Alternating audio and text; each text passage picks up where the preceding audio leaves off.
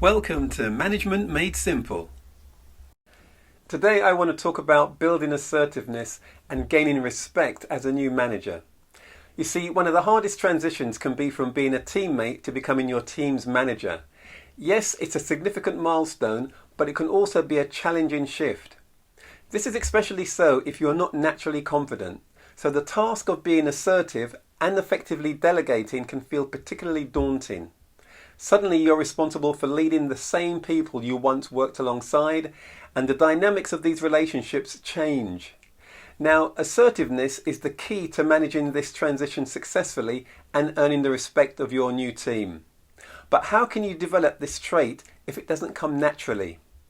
Here are 3 activities that can help you become more assertive in your new role and earn the respect of your team.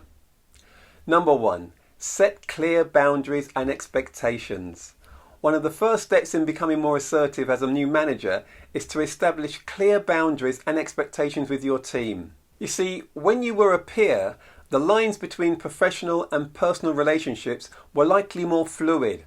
As a manager, it's important to redefine those lines to maintain professionalism and ensure that your team understands what is expected of them. So an activity would be to hold a team meeting early in your new role to discuss your expectations and goals.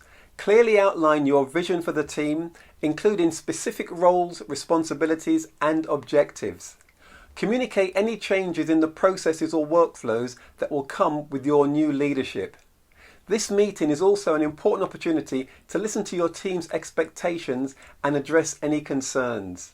By setting these boundaries from the start, you assert your new position and lay the groundwork for mutual respect. An application tip for you is to make a habit to revisit these expectations regularly, providing feedback on how well the team is meeting. You see, consistency in this area reinforces your assertiveness and helps to establish your authority. Number 2, practice assertive communication. Now, techniques assertiveness is often closely linked to how you communicate. It's not about being aggressive or overbearing, but about expressing your thoughts, needs, and decisions clearly and confidently.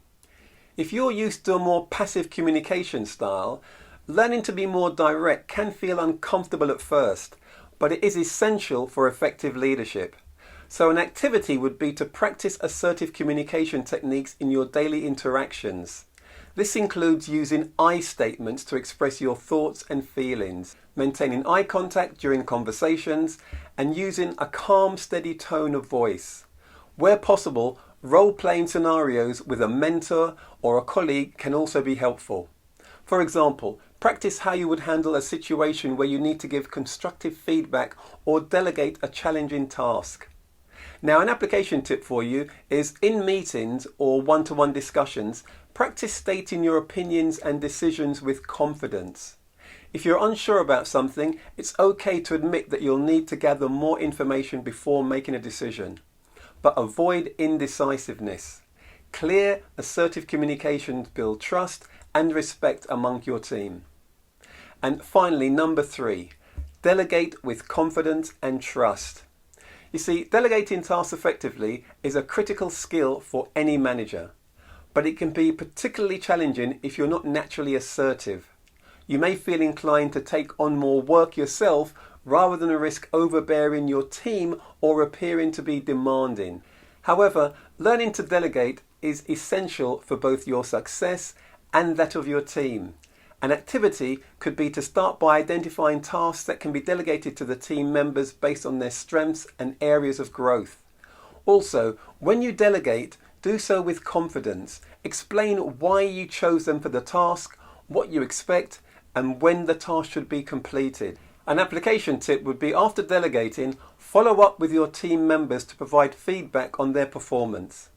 Acknowledge their successes and offer constructive criticism when necessary, as this not only helps them grow, but also reinforces your role as the leader who provides clear guidance and values their contribution. So what can you take from all of this? Well, transitioning into a management role, especially when you're leading former peers, requires a blend of assertiveness, clear communication, and trust in your team. By setting boundaries and expectations, practicing assertive communication, and delegating with confidence, you can navigate this shift effectively. These activities will not only help you become a more assertive leader, but also earn the respect of your team, setting the stage for a successful and collaborative working environment. So remember, assertiveness is a skill that can be developed with practice. The more you engage in these activities, the more natural it will become, helping you to lead with confidence and authority. I look forward to seeing you in the next video.